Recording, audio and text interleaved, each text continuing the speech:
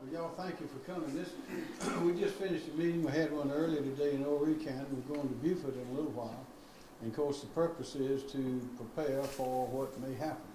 As long as we're living in South Carolina, we know we're going to have hurricanes, and we know that we want to prepare for the worst and hope for the best. And the key phrase is to be prepared. And we've been through this a number of times recently. We've had the best team in the country. We work together at all levels of government, in and out, and we know how to do this, and the people of South Carolina do as well. So we know what we must do is provide good, accurate, clear information, provide it instantly to keep everyone informed, and we urge everyone to follow the old Boy Scout rule, which is be prepared. If you're prepared, things are a lot better. We have a number of folks here who can answer questions and provide information. We'll start with Kim Stinson, who is the Director of the Office of Emergency Preparedness. Thank you, sir. Emergency Management Division. Thank you, sir. Well, the governor had already mentioned how important it is for our citizens and residents to be prepared. And basically what we're telling everybody, and we've been doing this for a while, is you have to have a plan and you have to make it personal. You have to know what threats that you're going to be up against, and you have to be able to execute that plan when you need to. But everybody needs some tools to come up with their plan, and we've got 3 tools right now that'll help. The first of all is our website at scemd.org. It's full of information about how to get prepared for not just a hurricane, but for any event, and what you need to do through that process, and build your emergency kits, and take care of your pets, and all those things that you're going to have to do during an emergency situation.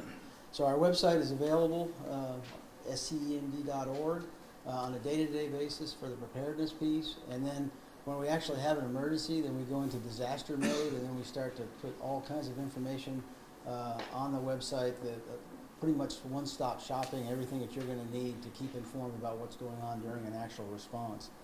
The second tool is our South Carolina Emergency Manager app, which you can load on your smartphone, and it's got all kinds of good information on there as well. It's got a lot of what's on our website, but it also allows you to build your own personal plan, have important contact information, again, your pet plan, whatever you need to do to be prepared. So it's available on your smartphone through Google Play and the App Store, and you can pretty much carry that with you, whenever you go anywhere, so you'll have it available regardless. And then the last tool is our 2019 version of the South Carolina Hurricane Guide, just recently released, and it's full of information of how you need to prepare for a hurricane. It's got everything from evacuation zones and routes, and actions when you leave, actions when you return. It's got pretty much everything that you would need to get prepared. So that's an excellent tool. It was recently distributed in newspapers from the coast back to Columbia here about 10 days ago, and it's available on our website at scemd.org. It's also available at Walgreens statewide, and also at welcome centers along the interstate, and also 20 DMV coastal offices as well. So there's plenty of copies out there, and again, you can get it online at scemd.org. So in summary, those are some tools that you can use to get yourself prepared for hurricane season, but not just hurricane season, but for any disaster that may happen here in South Carolina. Thank you, sir. Thank you. A little more information, then we'll answer questions. Major? Yes, sir. Major Robert Woods of the Department of Public Safety. Thank you, Governor. I'm Major Rob Woods. I'm the Emergency Management Coordinator for the Department of Public Safety. As the Governor mentioned, a successful evacuation is based on a team effort. And we recognize that a successful team effort is critical for all the players to know what their roles and responsibilities are. So the Highway Patrol, partnering with SCDOT every year, we come out to all the local areas along the coast. We meet with our support agencies, both at the state and the local level, and we review those roles, we review those responsibilities, we review our plans, and that all culminates with our full-scale exercise, which we just completed yesterday, as we practice for a reversal of I-26. So as we at the state and local level, as we complete our preparations, we ask for the public to do the same. They are also key players in this team effort, and we emphasize to the public to know, for example, what your destination is going to be if you have to evacuate. So begin with that. Then know what your route is. Know that evacuation route. Adhere to that route. we have to evacuate. There's a lot of folks we have to move inland, so it's very important that they stick to their route. And then make sure that you follow the direction of local authorities, from the evacuation order to law enforcement standing on those traffic control points, helping you to find your way inland. So all those things are extremely critical, right down to the most basic elements of making sure your car stays serviced and you got a full tank of gas. I know our partner here, or my colleague from SCDOT, Rob Perry, is going to elaborate on some of those same themes. So, Governor, that's all I have at this time. Thank you. And remember, you follow instructions and official instructions and advice on the way out, and do the same thing on the way back in. Rob Perry, Department of Transportation. Thank you, Governor. Yes, I'm Rob Perry. I'm the Director of Traffic Engineering for SCDOT. And as Major Woods said, I know your route. That's the biggest thing that we want to stress to the motoring public, our citizens, our visitors. There are 35 evacuation routes statewide. There are several ways you can find your route, and I encourage everybody to find out now, not before an event takes place. You can find it in our state map. The routes are color-coded. You can also find them on our website. If you just go to scdot.org and go to the travel button, it'll show you where the evacuation routes are, so you can download it as a PDF. And finally, there's a 511 app. If you just go to the App Store, 511SC, there's an app, and there's a layer for the hurricane evacuation routes. And if you really want to find the most technologically advantageous way to find it and stay on it, just go to your house, download the app, turn on that layer, and hit triangulate. It'll show you exactly where you are, and that closest colored line is your route.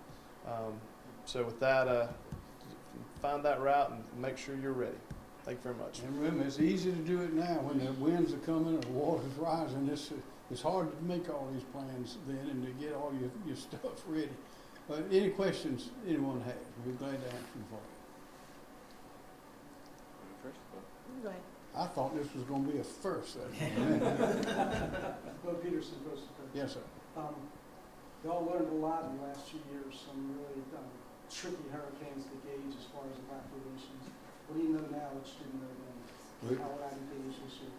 Well, I mentioned that Kim Stinson can address a little of that, but the main rule always is be prepared and learn from whatever we learn from successive hurricanes and floods.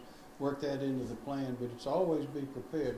The problems come when people are not prepared and they wait too late. And again, when the water's rising and the winds are blowing, it's too late to start making all these plans and gathering your things and getting your will together and your medicines and figuring out where you're going to go. It's too late then, so it's easy to do it now. You want to address that? Yes, sir. Two things come to mind. One is that we've had significant flooding post-hurricane landfall in South Carolina here in the last few years. So one of the things that we've determined is that we have to have more detailed flood response plans that go down into much more detail than what's in the general plans right now. So over a period of time, and we've already started working out, we'll start looking at specific evacuation zones along riverine areas and selected basins. Certainly have to take a look at the sheltering component, what we think might be needed in terms of sheltering. And then certainly last but not least would be the infrastructure that would be affected by that, whether it's roads or business and industry or critical infrastructure. So those are two things that have kind of come to fruition in the last several years that we need to spend some more time working on. How far along are you with the season? Well, we hope to have the base plan finished by the end of this year. We're going to start in the PD region on the east and kind of move our way west. So it's going to be a several-year project. But I probably should have said this up front. We had no systemic failures in terms of our response during the recent events. But we do recognize that we can probably do better, and we think those flood response plans will increase our capability in that area. Any more questions? I have one question. Yes, ma'am. When it comes to these specific routes, can you emphasize the drive time, the cut and drive time when it comes to going with your route? You know, getting out of the state in a safe time rather than people going onto I-26 all at one time. Do you mind emphasizing that for people?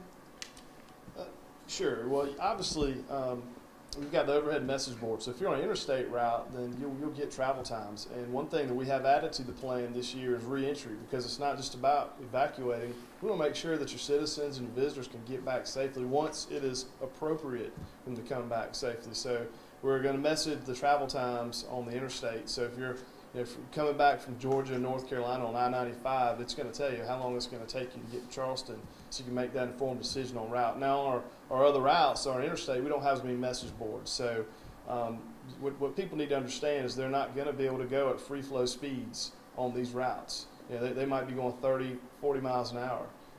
But we want to be slow and safe and intentional. And that's why Major Woods from DPS said you need to follow the direction of the law enforcement officials at these traffic control points. And if they're telling you that you're going to turn right, then you turn right. So the big thing is just to listen and follow direction. Thank you. Mm-hmm. Any more questions? Well, thank you. Yes, sir. One more. You again. Really just increase the risk for the state because so much of the economy concentrated at the coast.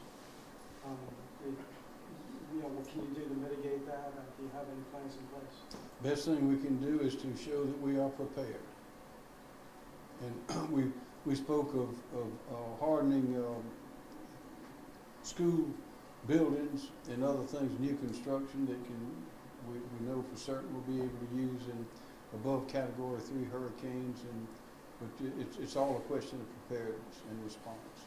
And we think we're doing very well with that in our state. What kind of assurance can you give that you get the economy back up on speed if we get a major blast? Just like we did last time, we're humming. Our economy is humming, and it's going to keep on. People want to do business in South Carolina for a variety of reasons, and we want them to know that this is a place where hurricanes happen, where floods happen, and that we're prepared. Thank you for coming.